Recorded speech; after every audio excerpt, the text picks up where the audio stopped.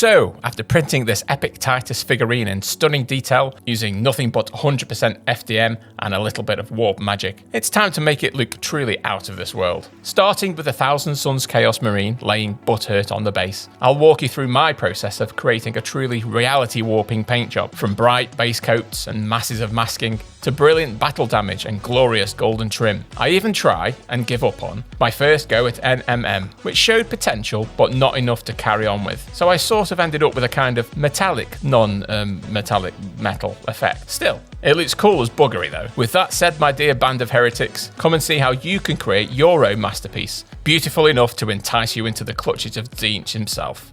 So let's get right into it. Here's my messy, grungy, chaotically chaotic paint process in full. Make sure to stay to the end to see how I nearly messed it all up creating this rather cool blood effect. Right, let's crack on.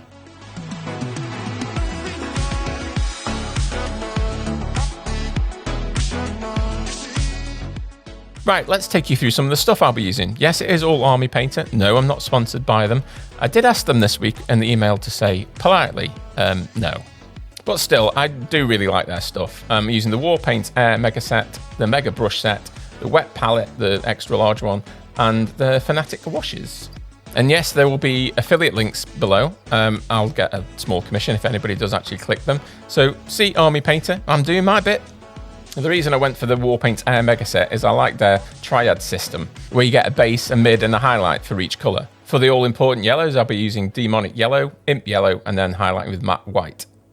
For the gold, I saw a short where somebody was using this De La Roni silver acrylic ink, and they raved about it, and you just tint it with a sepia wash. So I thought I'd give that a go, because they said how great it was and how easy it was to paint with. But if it doesn't quite work, I've got loads of gold, so like for greedy gold, for instance, that I can highlight with or paint with, and probably go up to various shades of gold and silver and even white for the really, really high highlights.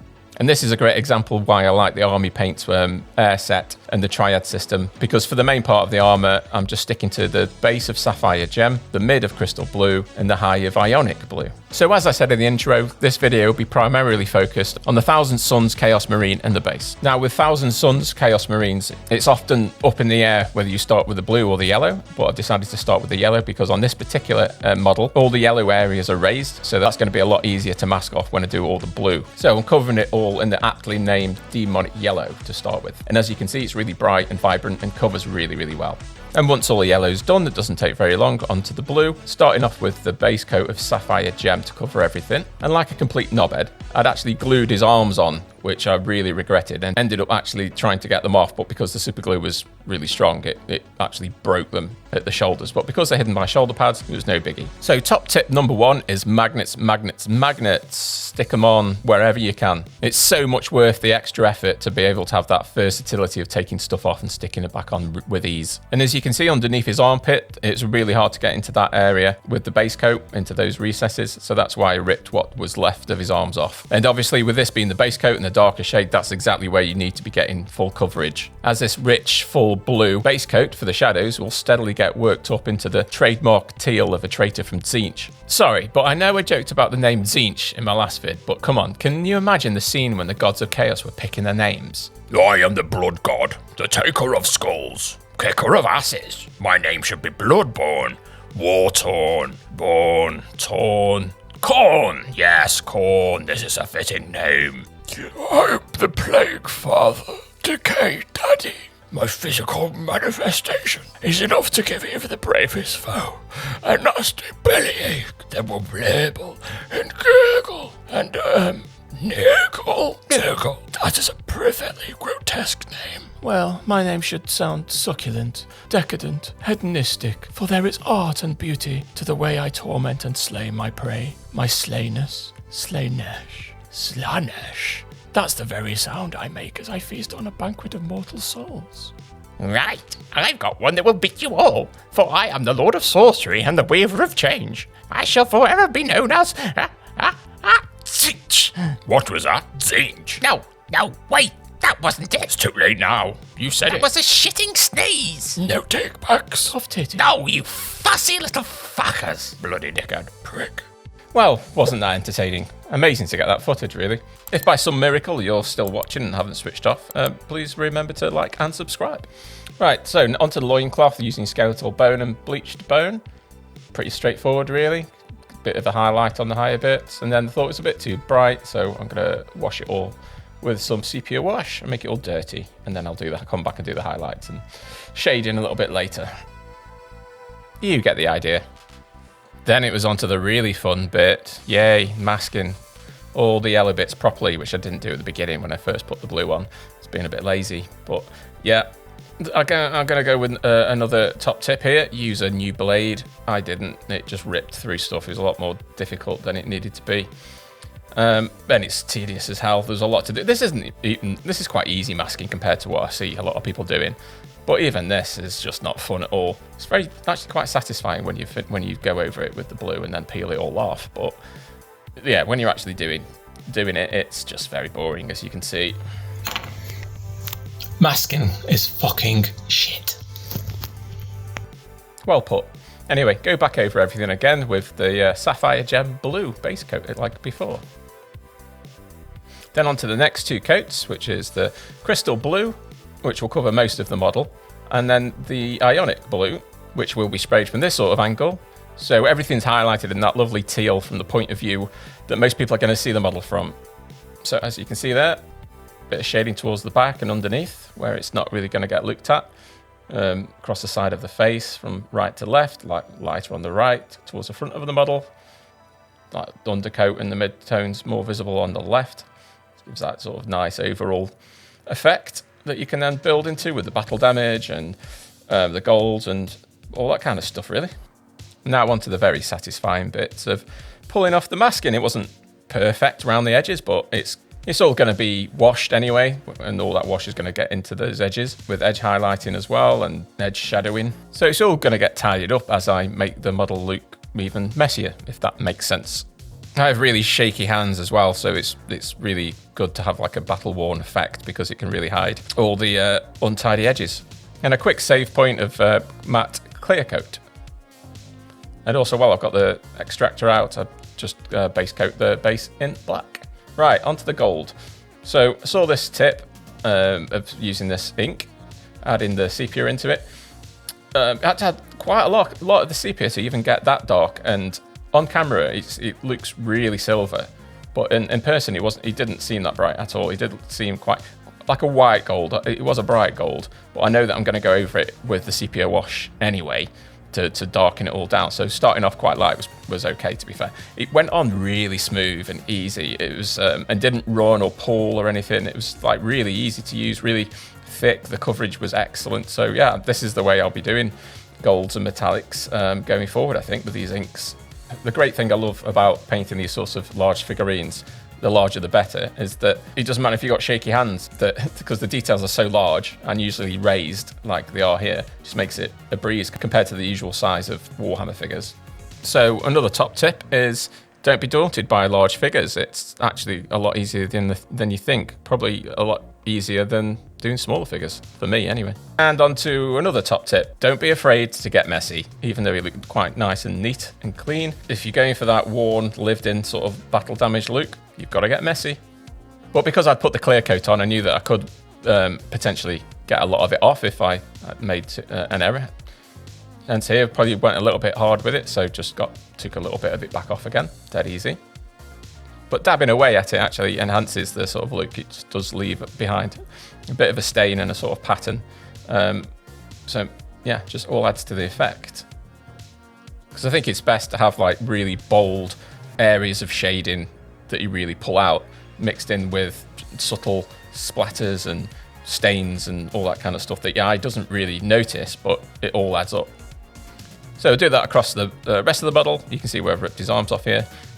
Keeping to the gold most of the time, but doesn't matter if you go off into the blue around the edges. It all adds to that mucky effect.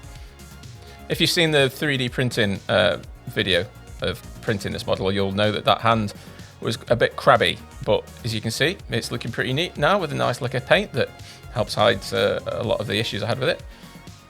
Now I used this same sepia wash across the whole model, even the blue and the yellow bits, because for the blue I added that dirty look of soil and muck, and on the yellow obviously it worked really well with yellow because it's what you would use over yellow, and just sort of darkened it all down and mucked it all up. I'll obviously going to be coming back through with highlights of the original colours at a later stage. But the good thing, and I don't know if this is going to be worthy to call it another tip, but doing a wash like this, it sort of unifies the whole model and make things, if you want, you know, that kind of look. I'm not really a painter that does the clean, crisp look. I mean, I probably will try it, you know, for a change of pace. But once you add that kind of dirty feel to everything, it just unifies the whole sort of colour scheme. The model suddenly comes to life. Then once it's all shaded, it's got time to go around all the edges and edge highlight it all with a thinned down imp yellow, just following the Triad system that you saw at the beginning of the video. The reason to thin it down is just that you can build it up and it doesn't look too in your face, because it's the subtle the better. You don't need a heavy hand at this point. And as you can see, my line work isn't perfect at all, but like I say, it doesn't need to be perfect with this kind of look and feel. It all sort of like blends into one kind of thing with when somebody views it. So it's a case of going around all the edges, that certainly the ones that are going to be on the top of the model, sort of facing the viewer, and pick out any edge that you can find, really. Now, you can probably do a few passes of this with sort of steadier, lighter and lighter tones and colours, but I tend to just go to either one or two, just like quite quickly go to the brightest highlight. Then on the blue, to shade around the edges, because there's much more sort of darker edges on the blue parts of the model, where the gold and the yellow parts are raised, the blue's recessed. So instead of using the Triad system, I actually used a speed paint, because I figured it would fill in the recesses a lot quicker and more evenly and much better than the just airbrush paint. So I decided, just to go with that, really. Panels this big, you wouldn't want to give it a whole big wash of speed paint anyway, because it don't work very well on large surfaces like this, but perfect for the recesses, as you can see. Just really sort of like brings out the definition in the model now, really starting to take shape. And another sort of tip, you don't need to do every single recess of the model, only the parts really visible to the eye. Like the back of the head, I don't think I'd bother doing, because it's literally have to be underneath the model to see it. And here's a perfect example of not worrying about the neatness right at the beginning, because it's always going to get covered up. The wonky bad masking there of the yellow was getting covered up by recessed shadowing that I'm doing here.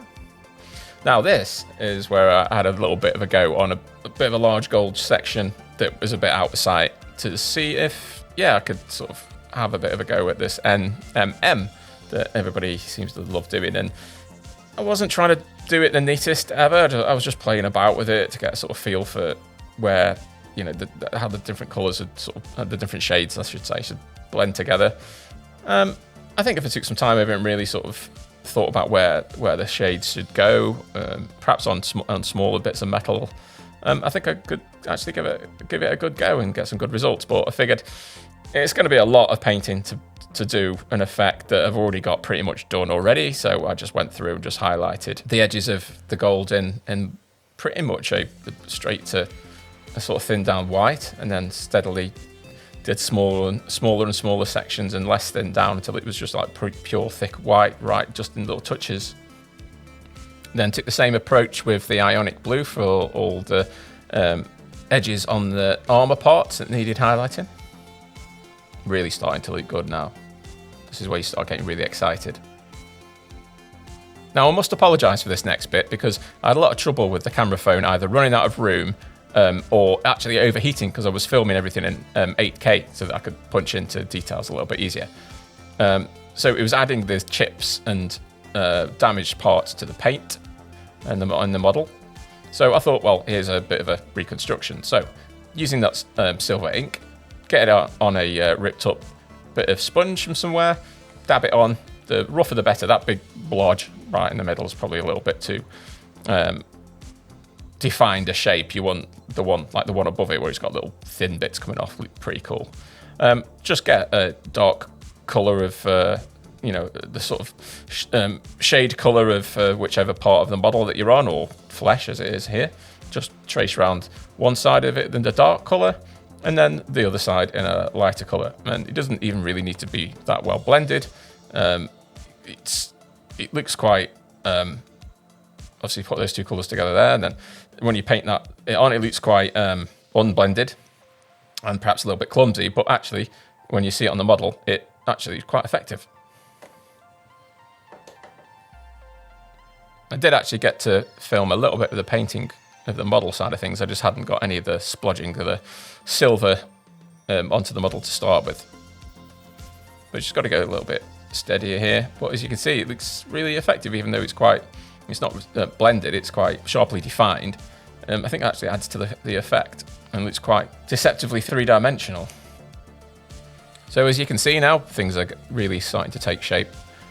The arms are back glued on, and yeah, all this hard work is really coming to fruition.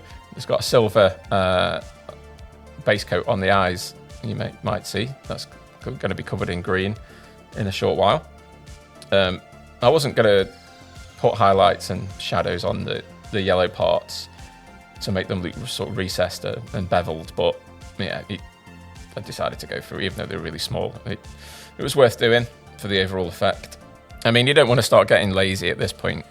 You could probably skip a few bits, especially if you're up against a time constraint or anything, or you were just tired from it.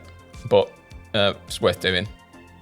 For the eyes, pretty straightforward, using this glitter green from the Air War paint set. I'm using the Air, even though I'm using a brush, because it's sort of already pre-thinned and just goes on really well. And then in the middle, just adding a little bit of white mixed with a bit of silver, just to add that sort of glow to the center, and just kind of blending it out into the green a bit to soften it.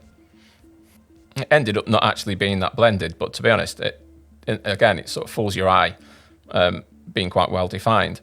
And then I actually used Green Stuff's coagulated blood onto a base coat of silver for the gems on the details here, because it was thick and it dries really glossy, so it's absolutely perfect. And with a little white dot on the edge there, just a little highlight. Pretty simple. Last few bits now. I've not really covered any of the sort of underlying connective parts of the armor.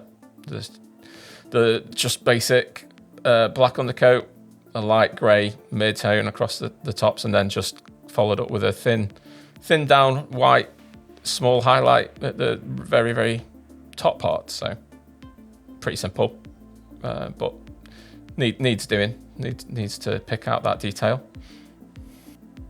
Same sort of approach for the parts of the hand, just to make it look a bit more interesting, and picking out some of the raised sort of sections of it. And then, of course, the piping and the grill on the face. Well, not his face, helmet. And also the straps around his waist, or torso. Again, not really going much more than 2 layers. So like the grey and then straight to white. You could add layer and layer of blending to it if you wanted to. And maybe that's another top tip, is perhaps, don't overthink it. Maybe less is more, and you could still get a very striking and clear effect by just doing one sort of pass of highlights rather than 3 or 4 sets of washes of steadily increasing brightnesses of colours and stuff. And not only is it obviously quicker, but I'd say it's just as effective in certain situations, and definitely a lot more accessible to your sort of average painter who like me, who doesn't do a lot of blending. And certainly on something as big as this, it would take a lot of blending to do the sort of detail that you can see on some other models that people paint. And what you're seeing here is me actually going around across, on top of the ionic blue that I'd already highlighted, the blue parts of the armor, going around the edges with pure white now, just on the real key and sharp edges that need that extra little pop. And here it is, all glued and stuck together. I hadn't shown this, but I went back to the loincloth and just added some highlight into that.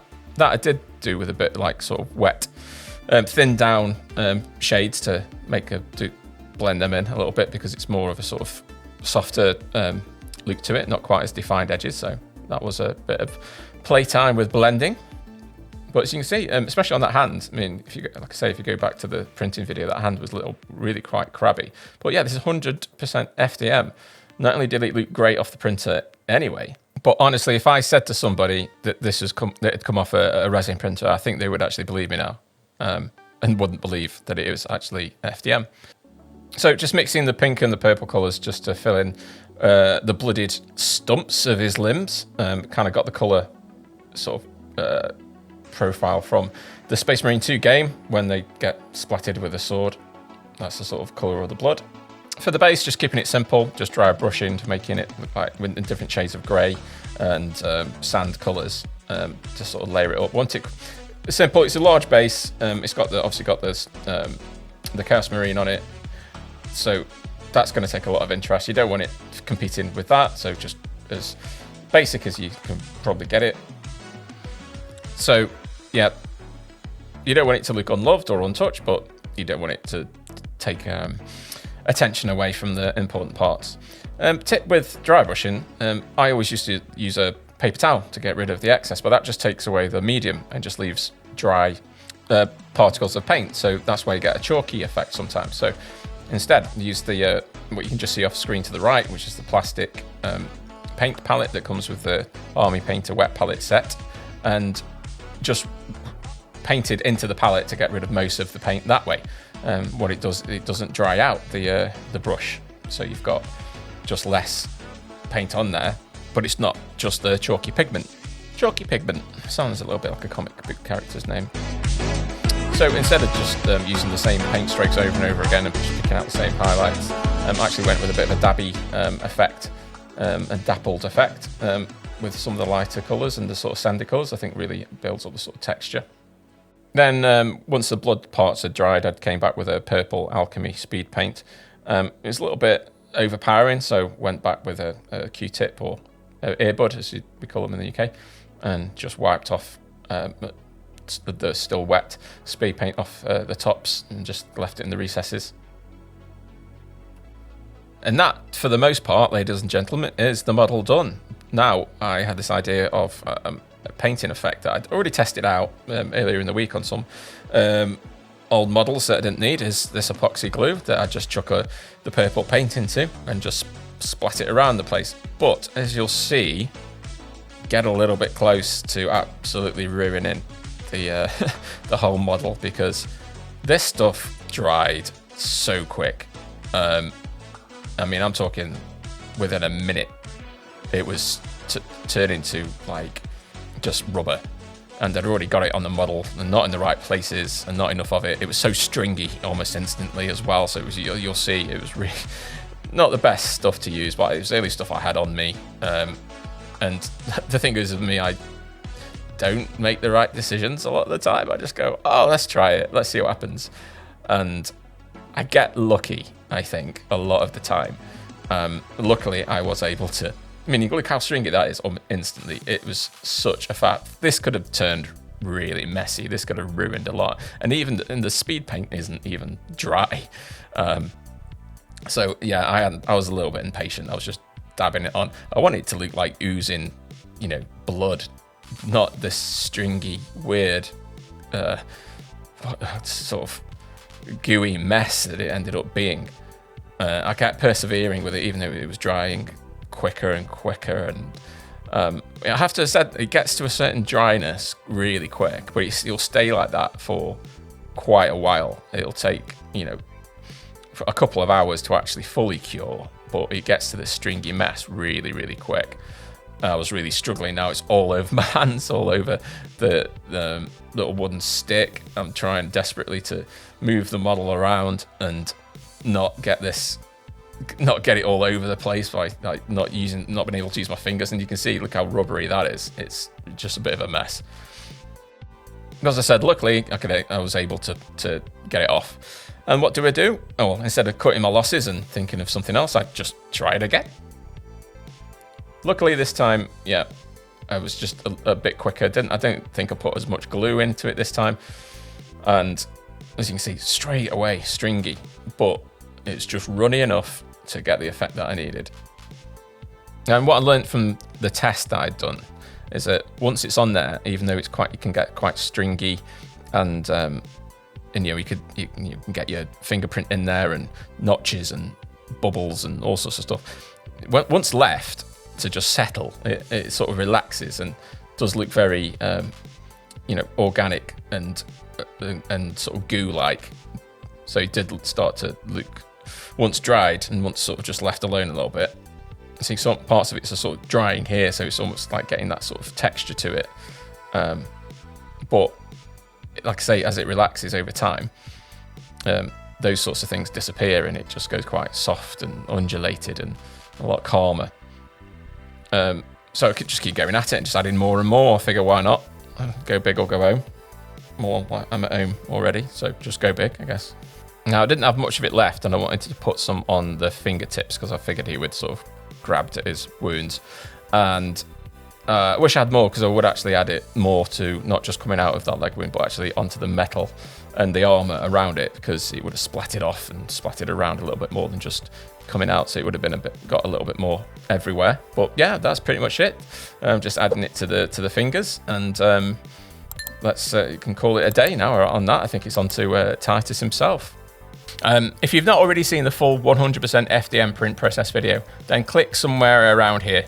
And at some point after uploading this video, there should be a full Titus painting walkthrough too, coming in a couple of weeks, but it could be here already if this is a couple of weeks in the future. Well, you know how it works. Anyway, catch you next time.